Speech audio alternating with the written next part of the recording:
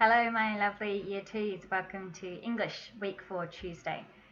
Let's see what you need. So we'll need to grab sheet 5 and sheet 6, a writing book with red and blue lines. You'll need glue, pencil, eraser and scissors. Okay, so pause the video, go and grab those things and then come back. Alright, a reminder to be using your whole body listening when you are learning from home. So eyes are looking, ears are listening, and we're keeping our body as still as possible. Okay, so today we are learning about folk tales and how they are similar and different to fairy tales. So to be successful today, you're going to examine the images, so the pictures and the words in a folk tale, and you're going to identify the qualities or the traits of a character in the Wishing Fish. So let's have a little look at this book. So here is the Wishing Fish. You might have already watched this one. We've got Mrs. Hockey reading it on the YouTube channel. So, The Wishing Fish, a Chinese folk tale. Let's have a look at the title here and what you can see in the picture. So just by looking at the front cover, what clues do the title and the pictures give you about the story? What do you think the story is going to be about? What clues are you getting? I'll give you some time to think there.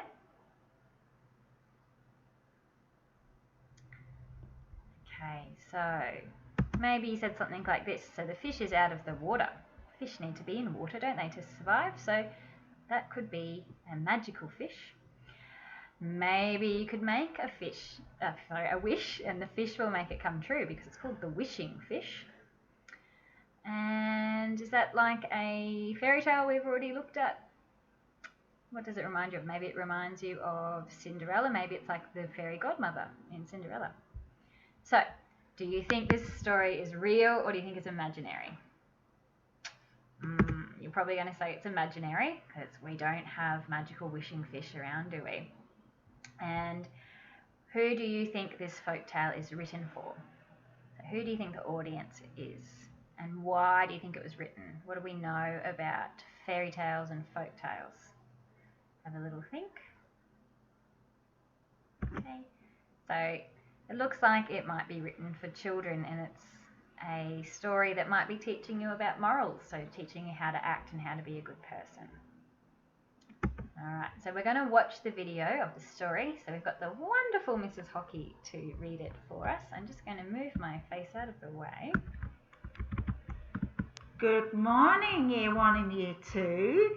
I'm here to read you a Chinese folktale today called The Wishing Fish. Now, there are some tricky words in this Chinese folktale because they're Chinese words and I don't speak Chinese. But I'll try and explain those tricky words as I go along. And I want you to be thinking, when I'm reading the story, about another fairy tale that this might remind you of. Okay, so here we go. The Wishing Fish, a Chinese folktale. Many hundreds of years ago in ancient China, there lived a cave chief called Wu. He had 2 wives. Unfortunately, his first wife died soon after her baby girl was born. Chief Wu called his young daughter Yi Shan, and he loved her. She was very beautiful, with shiny dark eyes, silken hair, and small feet, because in ancient China, small feet were a sign of beauty. Now, before Yi Shan grew to be married, Chief Wu died, oh dear, leaving Yi Shan to be reared by her stepmother. Her stepmother was an ugly woman with dark hair and expensive clothes. She was also a mean woman, and so was her daughter. Looking at the daughter was like looking at a younger version of the stepmother, but she was lazier and even more cruel. Neither one liked Yi Shan because they thought her more beautiful and more clever than themselves. The stepmother gave Yi Shan the worst jobs, like washing the clothes, carrying water, and stoking the fire under the kang. Now, that's a Chinese word which means like a fireplace.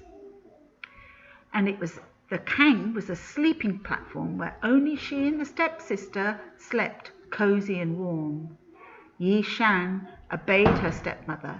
She was a hard worker and never complained. This this is reminding me of a fairy tale.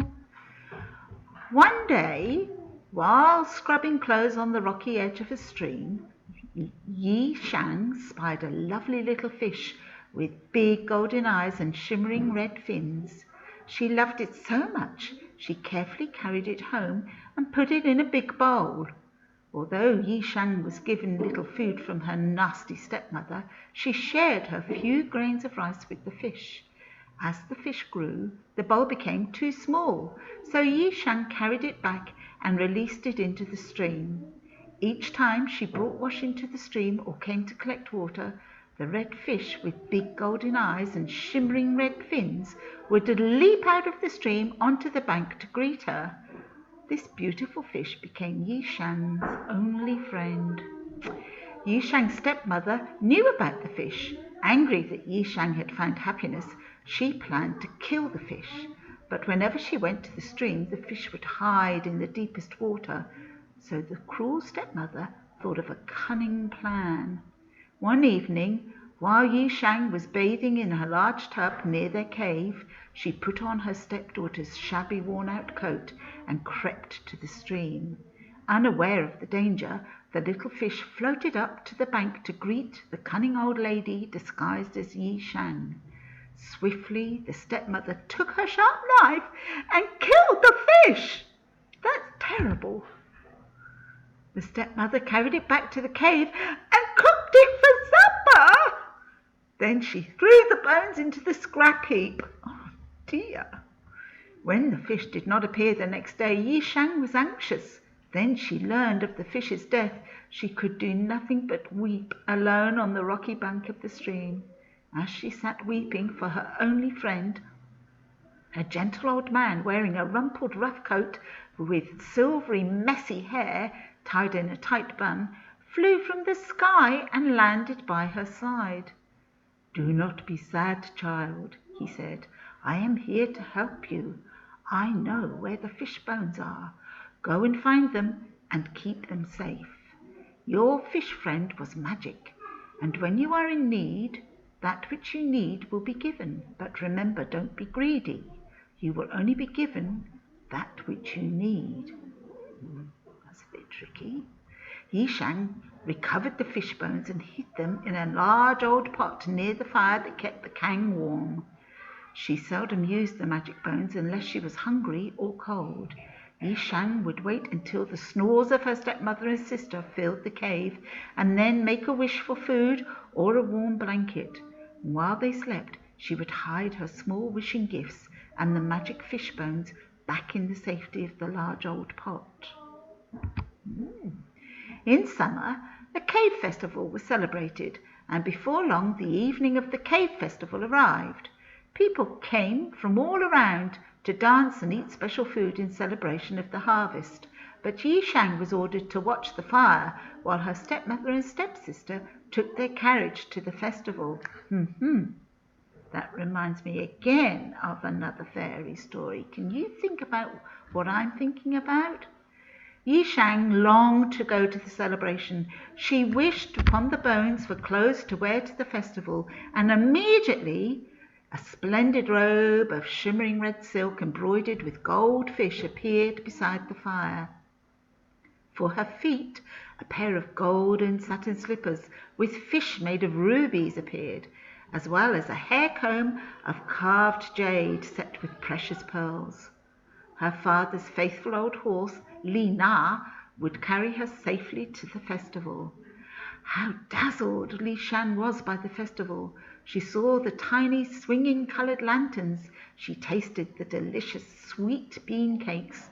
She heard the fast, exciting music.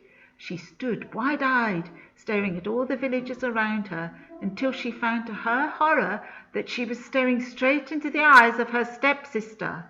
Truly scared she would be recognized, she fled the festival in such haste that a golden satin slipper fell from her foot. Li Shang raced home and took her place beside the kang and slept. When her stepmother and stepsister came home, they found nothing unusual. Li Shang's golden slipper was discovered by a travelling silk merchant who a short time later showed it to the king of Tu-Han, whose kingdom of many lands was one of the richest kingdoms of all of ancient China. Captivated by the tiny dainty slipper, the young king inquired of its owner. He commanded his soldiers to search the kingdom and find the young woman with such a dainty foot, because remember, the smaller the foot, the more beautiful you were in ancient China. But she was nowhere to be found because the slipper would magically change size to fit no one but Li Shan. That's clever. The eager king called the merchant to inquire of where the slipper was found, only to discover it was somewhere near a cave village in the mountains. King Tu-Han himself journeyed to the mountains, but could not believe that the owner of the golden slipper would live in such poor circumstances. Still, he had his soldiers search every cave for the other slipper. In Li Shan's cave they found it, along with the gown that Li Shan had worn to the festival, in the large old pot beside the kang. Firstly, Li Shan's stepmother tried on the slipper, but it was far too small. Then her stepsister tried, but the slipper simply squeezed her foot until she squealed. Li Shan was finally taken before the king. Beautiful as she was, the king questioned whether a village girl in a worn-out coat would have a foot dainty enough to fit the golden slipper. His soldiers produced the gown and the other slipper, and the king demanded Li Shan try on the clothes. Before long, from inside Chief Wu's cave, a shy young girl appeared, looking very beautiful in her splendid red and gold robe and jade hair comb. On her feet, the golden slippers were the perfect fit. At that moment, the king realized that he would make Li Shan his wife and would love her forever. The stepmother and stepsister begged for forgiveness, and Li Shan forgave them for their cruelties. The king took Li Shan back to his kingdom. With her, Li Shan took nothing but the magic fish bones, which the king used until he had enough gold, jade, and jewelry for his needs.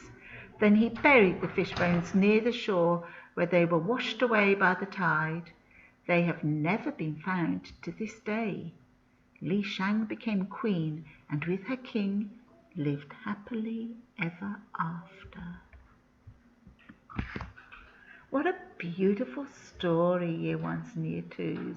Now, I reckon you can think of another story that reminds you of. But tell me, if you found those fish bones, what would you do with them? So thank you to Mrs. Hockey for reading that story. Didn't she do a wonderful job? All right, so now I'm going to ask you some questions about the story. Okay, so this is going to test your memory.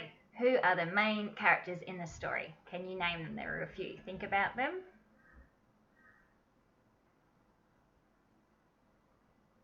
Okay, here's a little clue if you're stuck.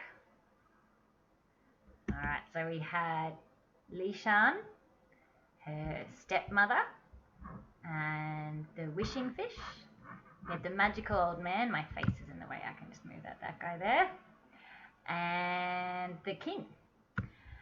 Now, I'm going to give you a clue for the next one. Where was the story set? If you've forgotten, there's a little map there for you. So it was set in China, and the specific places were the stepmother's house, by the stream, at the festival, and at the king's palace. Okay, the next one. What happened in the story? So think about the beginning and the middle and the end of the story. So where does the story start? Have a look at these pictures. So what happens in the beginning?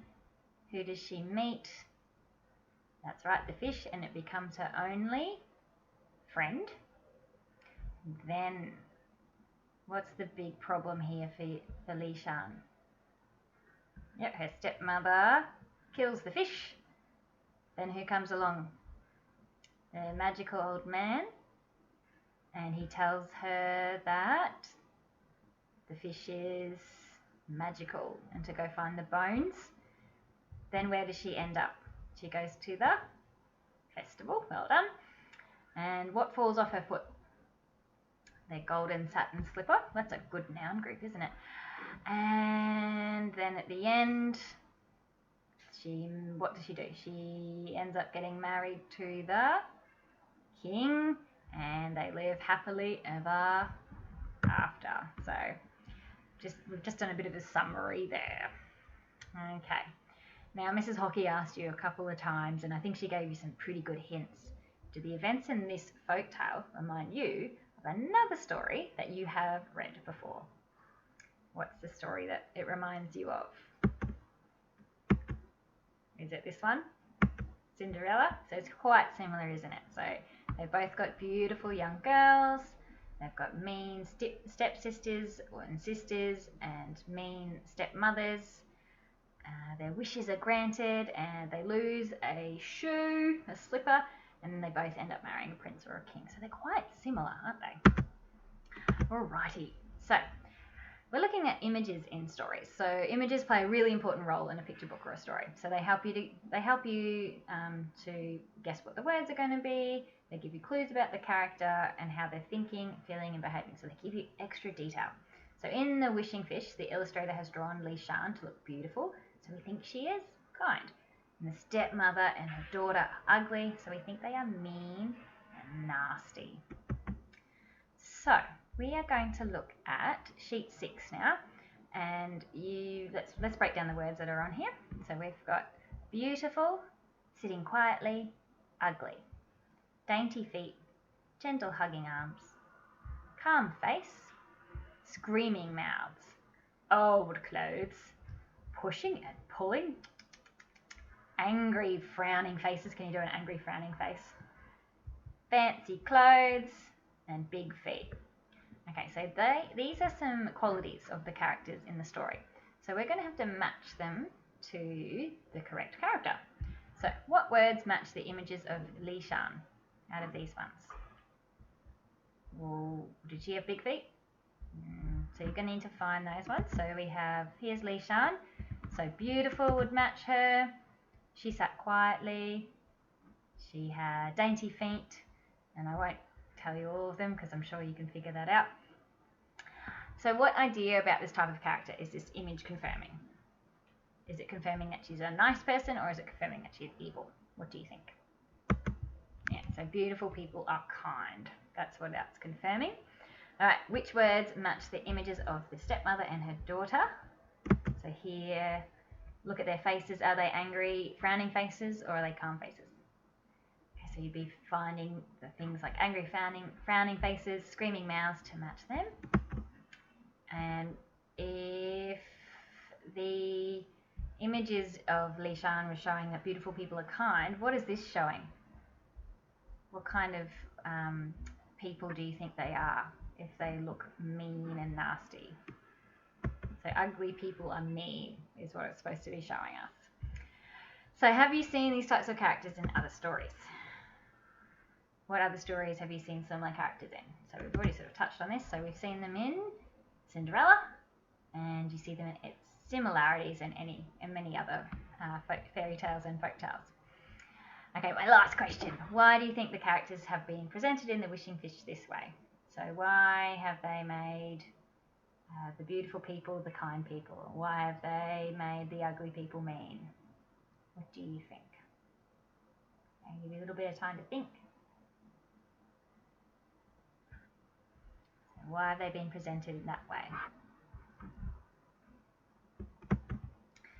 Okay, so here's our answer here. So this type of character is well known. So you can relate to them because you've seen that before in other stories. You're already familiar.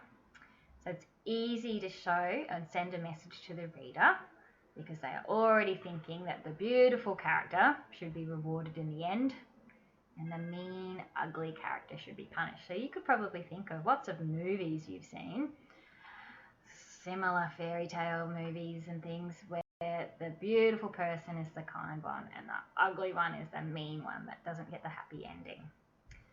Right, now let's have a look. So this is what you'll be doing today. So you're going to cut out those words, apologies, and then you're going to glue them in to whichever character you think it matches. So here and here. So cutting those words out, sticking them in, and that is all for today, and I might see you next time. Goodbye, Year 2.